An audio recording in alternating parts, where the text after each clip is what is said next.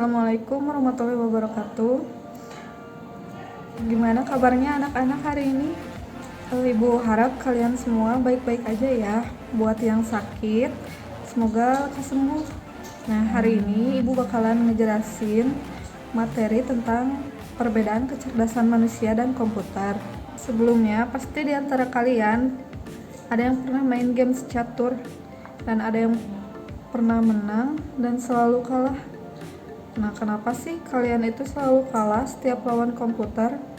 Komputer itu cerdas dan komputer itu sering disebut otak elektronik. Sekarang kita bandingin gimana otak manusia sama otak komputer bekerja. Kalau otak manusia terdiri atas sel-sel khusus yang disebut neuron. Sel-sel neuron ini saling bekerja sama untuk memproses informasi dan merespon suatu aksi.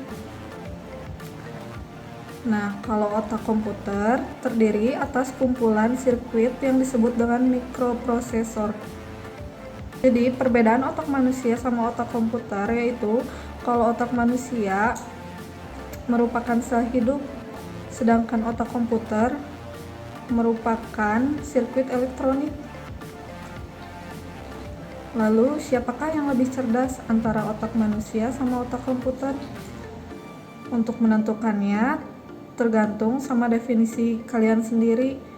Definisi kalian terhadap arti kata cerdas itu apa? Kalau arti kata cerdas menurut kalian itu berarti cepat, komputerlah yang lebih cerdas. Karena manusia membutuhkan waktu sekian detik untuk menjumlahkan 3 digit bilangan, sementara komputer mampu menghitung jutaan operasi matematika dalam waktu 1 detik aja.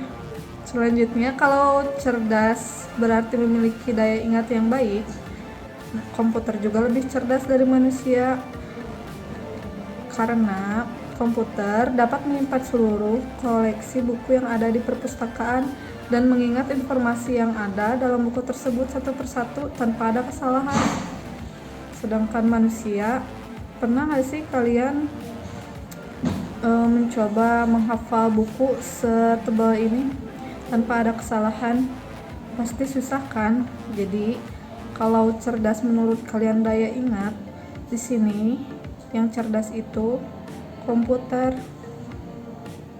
Selanjutnya, kalau cerdas berarti dalam membuat keputusan sendiri, otak manusialah yang paling cerdas karena komputer hanya dapat mengolah informasi berdasarkan perangkat lunak software, sedangkan manusia tidak perlu menggunakan perangkat lunak. Manusia dapat membuat keputusan berdasarkan pengalamannya karena manusia dapat membuat keputusan berdasarkan pengalaman yang dimilikinya. Jika cerdas berarti berpikir kreatif atau mengemukakan ide-ide yang orisinil, berarti manusialah yang lebih cerdas karena manusia mampu berpikir kreatif setiap harinya. Buktinya adalah salah satu penemuan karya seni, lalu buku-buku di sekitar kita, bahkan komputer adalah salah satu penemuan mutakhir manusia.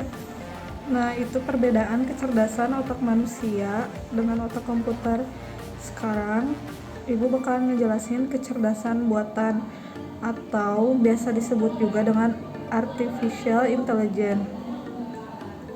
Nah, artificial intelligence ini akan memungkinkan komputer mempelajari keterampilan baru dan memecahkan persoalan tanpa instruksi.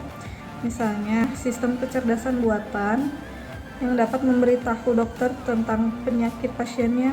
Perlu kalian ingat bahwa secerdas apapun komputer, tetap komputer hanya akan secerdas software yang dibuat atau dirancang oleh manusia sebagai pembuatnya.